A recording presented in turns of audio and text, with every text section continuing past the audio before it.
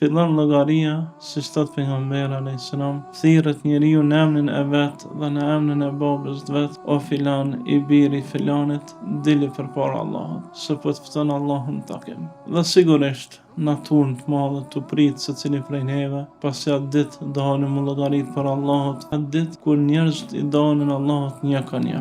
Dhe thirrën emra të ndryshëm në mesin e asaj tunme, e ndëgjon emrin tën, çu dil Allahut përpara. Pastaj tregon pejgamberi sallallahu alaihi wasallam se gjëja e parë që Allahu i thot robit, atë ditë fjala e parë, pse isha ma i pakti që më kushtoj rëndësi mu, kur i dalëm Allahut përpara, kjo fjala e parë që na thot, se vlerësojshin Allahun që isha meritejke.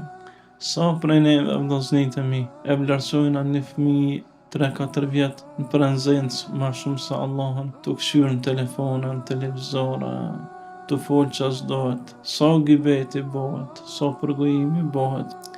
Flasëm para Allahut për atë person e që kur përpara ti zguxojnë me thonë ato fjalë, ndërsa para Allahut tina i thonë. Për këta është fjala e parë që na vet Allah. Pse unë isha më i pa i kujdesshëm tek ti, mas pakti që më kushtoj rëndësi.